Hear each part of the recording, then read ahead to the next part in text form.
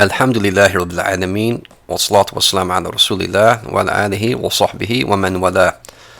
Alhamdulillah, this is now episode 19 of the podcast, The Forward, with myself, Brother Mahdi Locke. And today, inshallah, we will complete our commentary on the 6th Hadith of Imam an-Nawawi's collection of 40. And we'll be looking at the righteousness or the probity of the heart. And as I mentioned before, we are using the commentary called Al-Wafi, Bishar an-Nawawi by Sheikh Musaf al-Bagha and Sheikh Muhyiddin Mistu. So without further ado, the two sheikhs talk about this section. They start by saying that the righteousness of the body depends on the righteousness of the heart. Or the probity of the body depends on the probity of the heart. This is the word salah. You can look it up in the dictionary. This is because the heart is the most important organ in the human body. And there's no difference of opinion regarding this from the anatomical and medical side of things.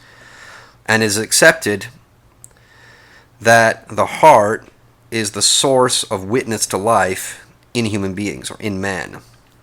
And as long as the heart is healthy and is pumping blood systematically to all the other organs of the body, then man is in a good state and he's healthy. He's in a good state, he's well, he's healthy. The Shafi'is, i.e. the scholars of the Shafi'i madhab, have used this hadith as proof that the source of intellect is in the heart. And whatever of the intellect it appears to be from the head, appears to be in the head, is actually coming from the heart. And they also used as proof Allah, the exalted statement in Surah Al-A'raf, the 7th chapter, verse 179, where Allah says, "Lahum qulubun la yafqahuna biha." They have hearts that they do not understand with. The two sheikhs continue, and they say, and a similar position has been related from the philosophers and the scholars of Kalam, i.e. the scholars of dialectical or speculative theology. As for the madhab of Abu Hanifa, may Allah be pleased with him, their position is that the intellect is in the brain. And a similar position has been related from physicians. And they use as proof the fact that if someone's brain is corrupted, their intellect is corrupted. So if you think about that, this is clear. We've seen this many times again. You can do any number of searches. I'm sure you've seen this in books or documentary films or on the news even, that if someone suffers a major head injury, they suffer brain damage, then their cognition, their mental faculty is clearly impinged and affected in a negative way. The two sheikhs continue, and they say that which has become apparent from the science of medicine and anatomy, or modern anatomy, is that the source of direct thinking is in the brain. The source of direct thinking is in the brain, because the senses only move, or they only act based on commands coming from the brain. But despite that, the heart remains the original source for the life of all the organs in the body, including the brain. So therefore, if the hadith has connected the rectification or the righteousness or the probity of the body and thinking to the heart, what it has done is it is connecting it to its original source.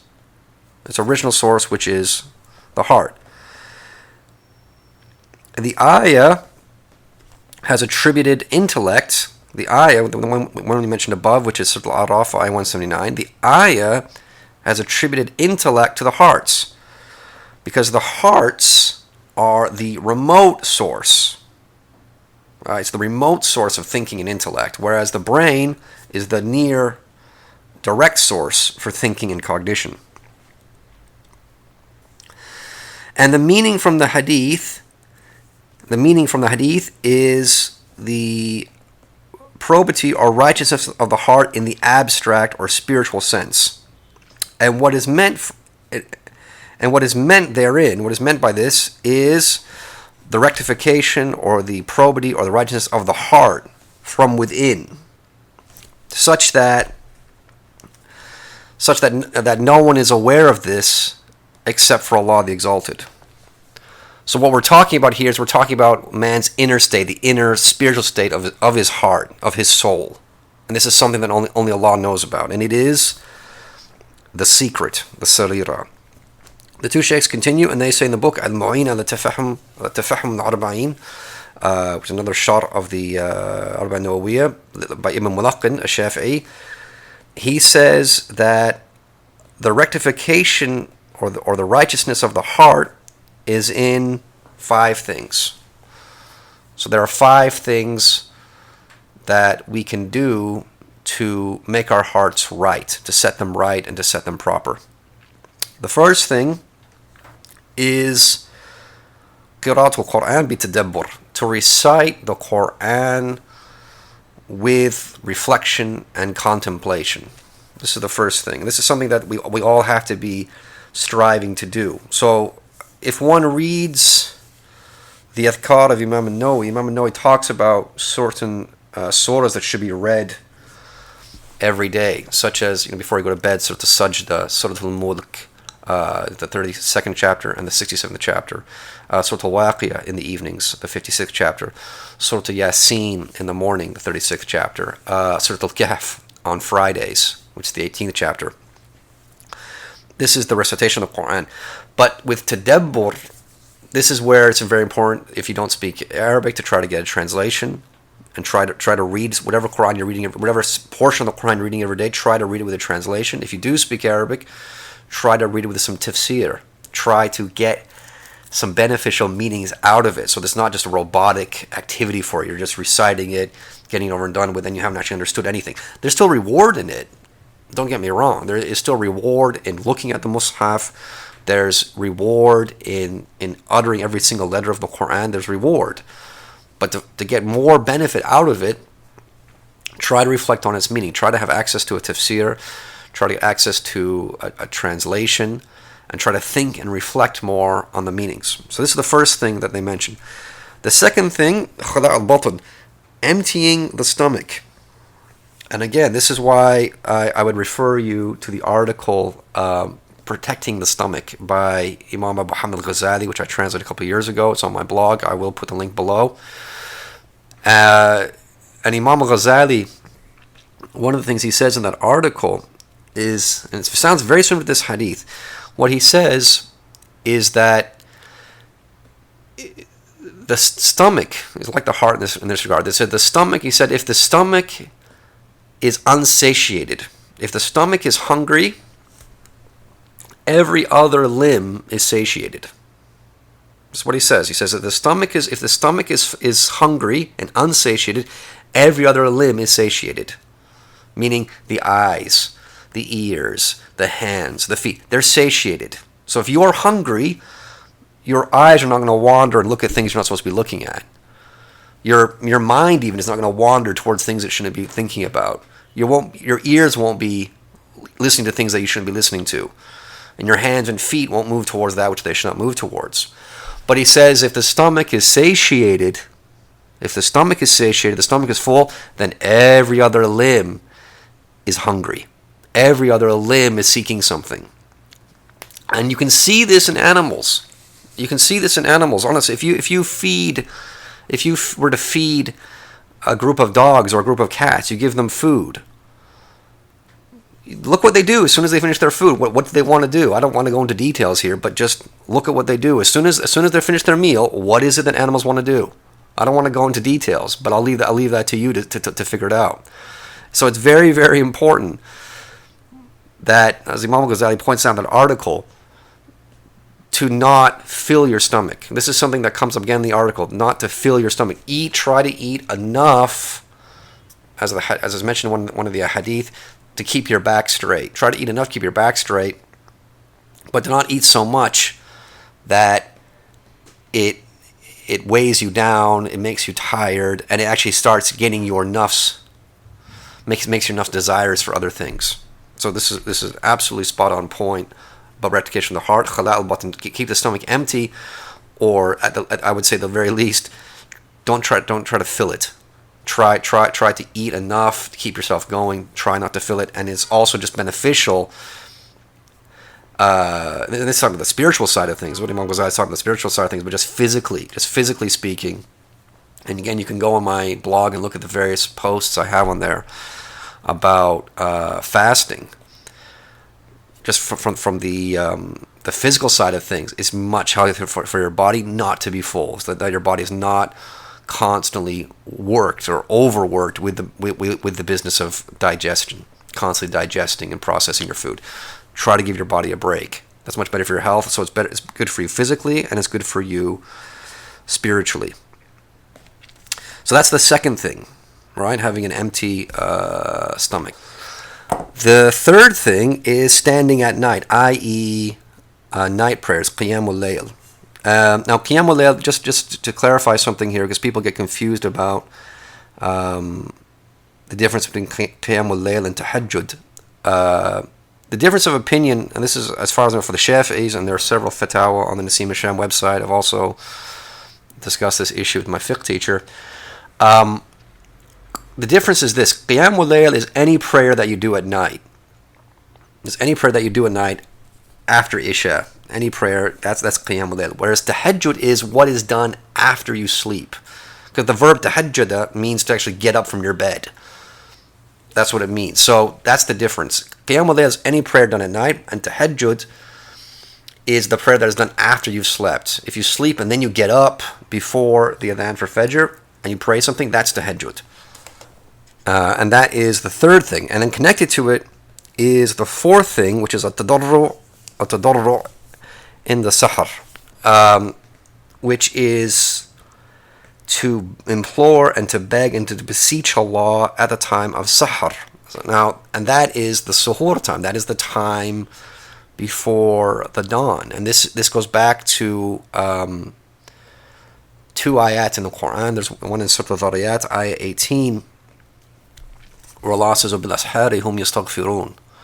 In the pre-dawn hours, they seek forgiveness. They seek Allah's forgiveness.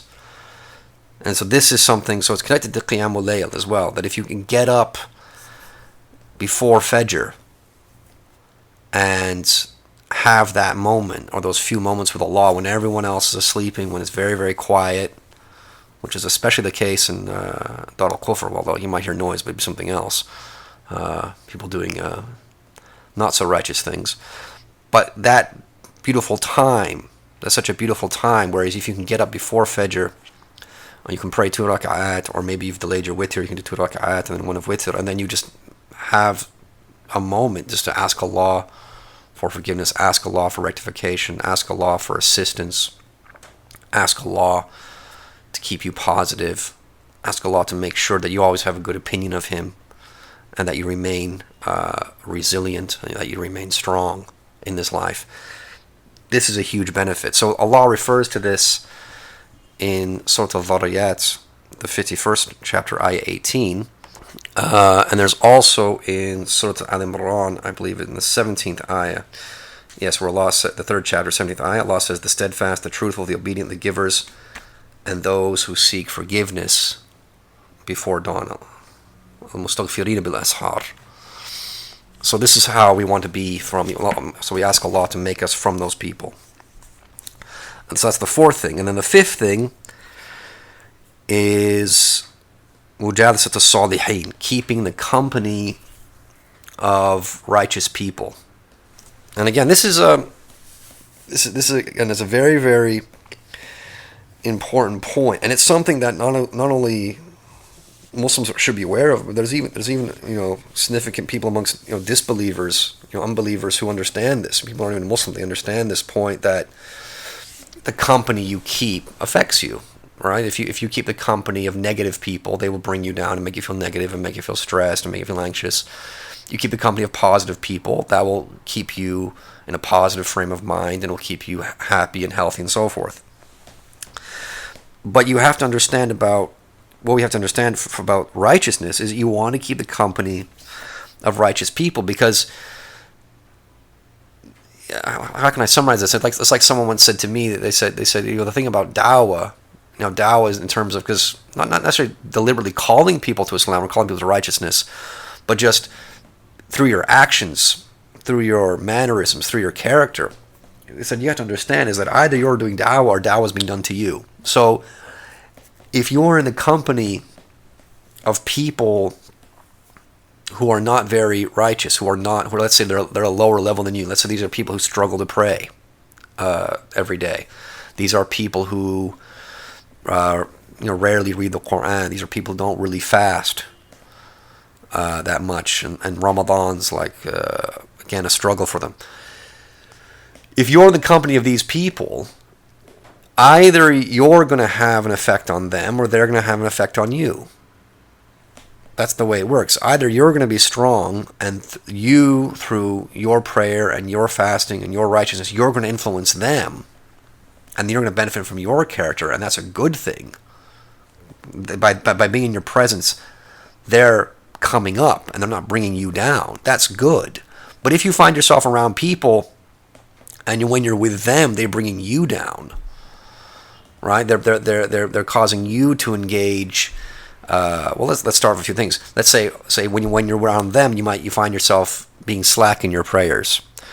When you're around them, you find that you lose time that you could have spent reading Qur'an or studying fiqh or whatever it is. Or when you're around them, you find that the conversation very, very easily slips into gossip, slips into backbiting, slips into non-beneficial talk, just what they say in Arabic, qila wa qal, he said, she said, and so forth. If you find that's the case and you really can't have control over it, you yourself cannot influence that conversation and get those people in your company to talk about something better, talk about something constructive or productive or beneficial, then it's better to not keep the company of those people. But again, it's your own discretion. You have to look at the people around you, the people that you hang out with, and see, okay, this person might not be as committed to the faith as I am, but am I influencing this person? Am I helping this person? Does this person want to be with me, and does this person want to get better, and is this person benefiting from my company? Okay, good. Then it's not harming me to be in their presence. I'm actually getting a reward by being with this person because I'm benefiting them. I'm making them better believers. That's good. But if it's the other way around, where when you're with someone, you find that they're actually influencing you, and they're not getting anywhere by being in your presence. If there's no benefit to be had on their side, really it's just harm on your side, then it's best not to associate with those people. So you have to protect yourself. And that's what Allah says in Surah Al-Tahrim in the 66th chapter, verse 6. Qu anfusakum wa ahlikum, save yourselves and your families from the fire. Protect yourself. Now the two sheikhs, they add on and they say akl halal. They say another thing for purifying the heart is to eat halal food. Make sure that your food is halal. And this is an interesting point because again, this is connected to this hadith, because this hadith is all about avoiding doubtful matters, avoiding ambiguous matters. Stick to the halal. And also, again, what Imam Ghazali says in his thing about protecting his article about protecting the stomach. Make sure that what you eat is halal, because if your body is filled with the haram, where does the haram end up in the next life? I think you know the answer. So they say eating the halal. This is the head of all matters. And they say how beautiful is what was said, that food is the seed of actions. This is a statement that they've got from somewhere, and they say how beautiful it is. Someone said, food is the seed of actions. If halal goes in, then halal comes out. So if what you eat is halal, then your actions will be halal. That's what it's saying. If haram goes in, then haram comes out. Right? Meaning that if you eat the haram, then haram actions will come out. And if doubtful matters or ambiguous matters go in, then ambiguous stuff will come out. Right? If you eat stuff that's ambiguous, you don't know it's halal and haram, then your actions will be ambiguous. They'll be in the middle somewhere, causing doubt.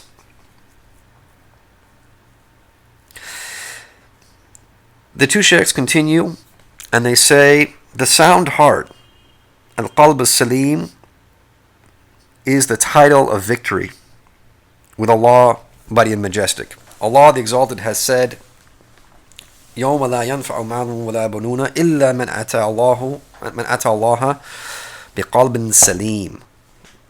So it's the day in which wealth and children will not be of any benefit except for the one who comes to Allah with a sound heart. And this is Surah Al-Shu'ara, the 88th chapter.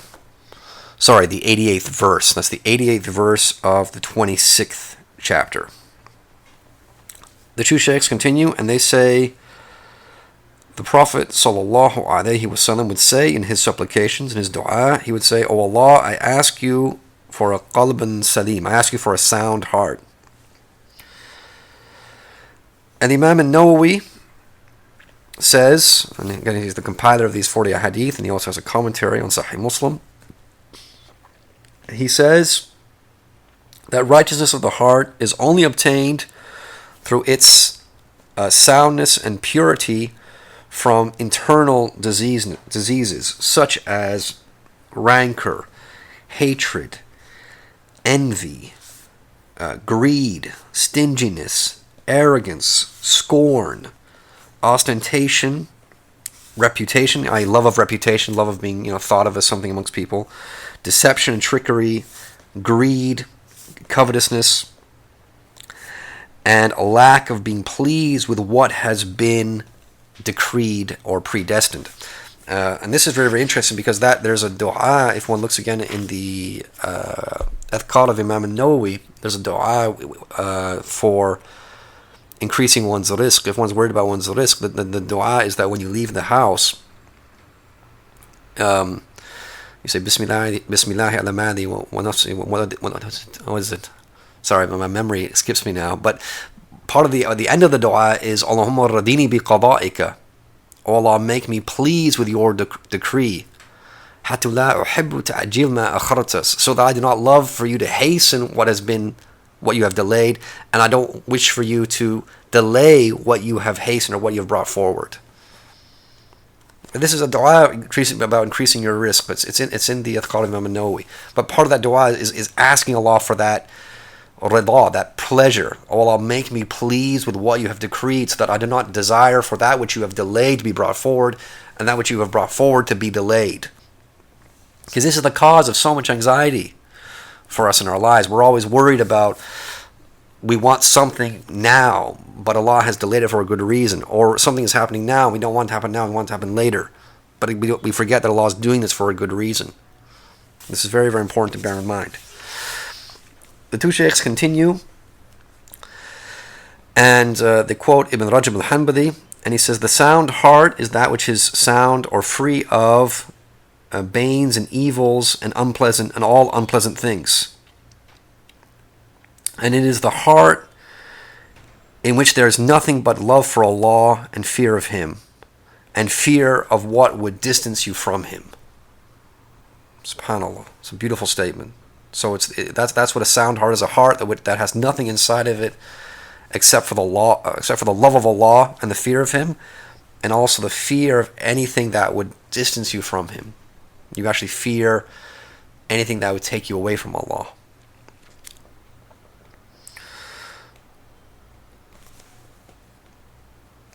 Al-Hasan al-Basri said to a man, treat your heart, for indeed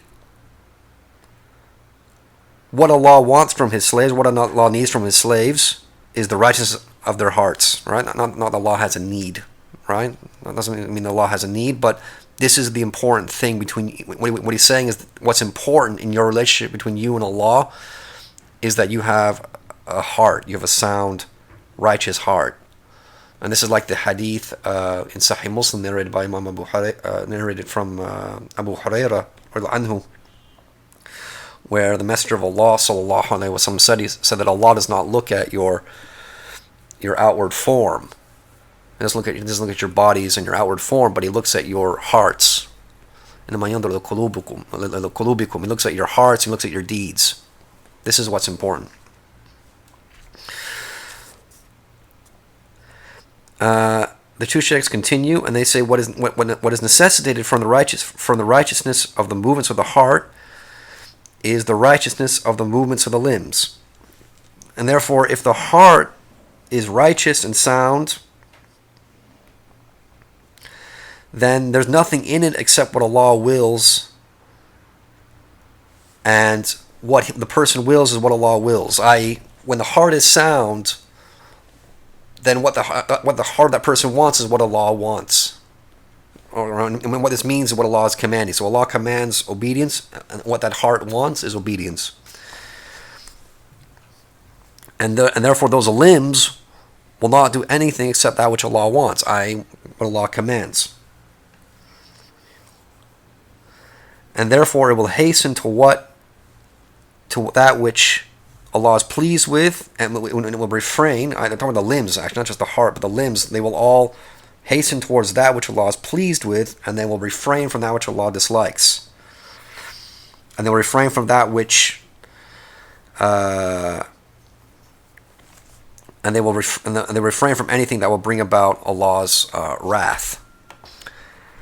And they add, and that also the heart in this situation will fear to fall into anything that Allah might dislike, even if it's not certain about that thing. Right? So this means that the heart that is sound and that is with Allah will fear going into doubtful matters. Will fear going into doubtful matters. And this is the essence of wara, the essence of carefulness. The two sheikhs continue. They add another point here. They said this hadith contains encouragement to do the halal and to avoid the haram and to leave off doubtful matters and to protect one's deen and one's honor, one's religion, one's honor, and to not engage in or consume matters that could necessitate a bad opinion and could therefore lead one to fall into that which is warned against. The next thing they mention is that this hadith calls to the rectification of one's intellectual capacity and to rectify the soul from that which is inside of it and to rectify the heart. And it also contains صد الذرائع المحرمات, to block off the means to haram things, because they are also unlawful. Whatever leads to the unlawful is also unlawful. Now, to comment further on this second to last point, that the heart, or this hadith calls to the rectification of one's intellectual powers, one's intellectual capacity, and to rectify the soul from whatever's inside of it. One of the things here that we have to bear in mind is, being righteous. What is the point of being righteous? What is the point of being virtuous? Now, obviously, what we're getting from this hadith is that you have to think about the next life. That if you are not righteous, you're not virtuous, you will be taken to a task for this by Allah the Exalted in the next life, and you may also be punished in this life for not being righteous and not being virtuous. But if we were to look at this in more simpler terms, you want to be righteous and you want to be virtuous so that you are able to bear with the suffering that happens to you in this life. Because if you think about, and this is the final point I want to make here, if you think about corrupt people, there are corrupt people amongst the unbelievers, there are corrupt people amongst Muslims. And what I mean by corrupt people, these are people who have no qualm whatsoever. There's no inhibition whatsoever to cheating, to lying, to stealing, to defrauding people. They have no issue. And you will know this sometimes when you go to a market where you find that people have absolutely no reservation about lying to you, about cheating you, about trying to get as much money as they can out of you, or about selling you a faulty product. They absolutely refuse also to give you any sort of charity, any sort of discount sometimes when you're trying to buy something. Like very, very, very tight, very, very stingy, and really, really keen to get as much as they can for themselves as possible. And you have to ask yourself, well, why? Why would someone do that? Why would someone feel that they have to do everything they possibly can to get as much for themselves from other people? And they don't want to give you anything, and to get as much as they can out of you, they will lie, they will cheat, they will steal, they will deceive you. Why are they going to do this? They're going to do this because they're not relying on Allah. And think about that. They're doing this because they're not relying on Allah. If you have a relationship with Allah and you're relying on Allah ultimately for your affair, you are going to be very, very happy. You're going to be willing to treat people in the best of ways, especially in transactions, to give people good deals, to give people the best deals, to give people discounts as and when, because you're telling yourself, you know, that everything is with Allah, and Allah will take care of you, Allah will reward you, Allah will compensate you for the goodness that you show people. And if you lose, a bit of money here, a bit of money there, so what? You did it with a good intention. You did it to help fellow believers. You did it to help fellow human beings, whatever it is. And Allah will take care of you. Allah will reward you. So you're at peace. You don't worry about that. But then you have people, but these other people, they don't have that relationship with Allah whatsoever. They sort of feel, well, I have to do everything myself, and I have to make sure that I get every last penny. Otherwise, I'm going to be dispossessed, or I'm going to lose out. I'm going to be missing out on something. So the scary thing that comes up is you have to look at these two kinds of people. Someone who's put their trust in Allah and someone who has absolutely no trust in Allah. And that's what I would call someone who's corrupt. Someone who's corrupt is someone who has absolutely no trust in Allah. They're relying on their own corruption to get through life. They believe that they have to be corrupt to get what they need and to get what they deserve. They have to be corrupt. Whereas someone who has their trust in Allah, they don't look at it that way at all. They go through life, they do what they have to do, they try to be good, they try to be righteous, and they rely on Allah. They know that ultimately the rizq and whatever goodness in life that comes their way, that's from Allah. They understand that. But what we also understand is that when tribulation comes into your life, when suffering comes into your life, if you are someone who has relied on corruption, not on Allah, you've relied on your own corruption to get through life, when a tribulation comes your way, what are you going to do? What are you going to fall back on? If you've relied on cheating and stealing and deception to get through life and to get what you need, and you haven't thought about Allah at all, you haven't thought about your Lord at all, and then tribulation strikes, you lose your job, your business shuts down, your wife leaves you, whatever, then what are you going to do? Then what are you going to do? You're going to go into absolute despair and probably tell yourself, I need to cheat more, I need to deceive more, I need to lie more. That's most likely what's going to happen. Unless you're a very, very blessed person who would use that tribulation and realize, you know what, I need to change my ways. Some people, that does happen. They change their ways. Otherwise, if not, they go deeper and deeper into that corruption. But if you're someone who's been relying on the law all along throughout your life, and therefore whatever happens to you, you have that contentment with Allah, you have that relationship with Allah that you can fall back on. When a big or major tribulation happens, and we seek refuge in Allah, whether it is, like I said, a divorce or a job loss or your business shuts down or something like this, when that happens, you fall back on Allah. You don't have to look at the way you've been living your life and say, am I doing something wrong? Have I been cheating people? Am I lying to people? No, you just fall back on Allah because you were never relying on those means anyway. You were always with Allah. And that is what is going to get you through the suffering, right? Whatever hardship you're going through, the fact that you've relied on Allah through your whole life, that's what's going to get you through the suffering and inshallah make you an even better person.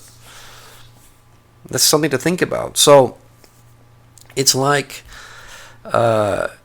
the advice of Khadija, Sayyidah Khadija radiallahu anha, the advice that she gave to the Messenger of Allah sallallahu alaihi wasallam when he saw the revelation, when he received the revelation, and he was so scared and he thought that something bad had happened to him.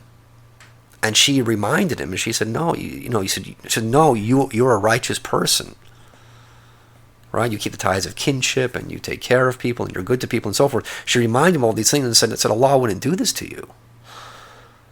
And that's essentially how we want to be. Is that as long as we have it right with Allah, as long as we have our own, each and every one of us, we have our own relationship with Allah. And yes, we sin, of course we sin, but we seek forgiveness from Allah. We spend time with Allah every day in prayer, in reading Qur'an, in making dua, in doing dhikr. We have this between us and Allah. Then nothing else should really affect us. Bad things will happen to us. We may sin, we may fall short, but we have something to fall back on. And it's that righteousness that will get us through life. And remind us that this is not the final abode. And remind us that what is to come is better, if Allah so wills. And with Allah alone is every success. Alhamdulillahi Rabbil Alameen. Inshallah, we will finish there, and next time we come together, we will do the 7th hadith, Ad-Din al-Nasiha. Assalamu alaikum rahmatullahi wa barakatuh.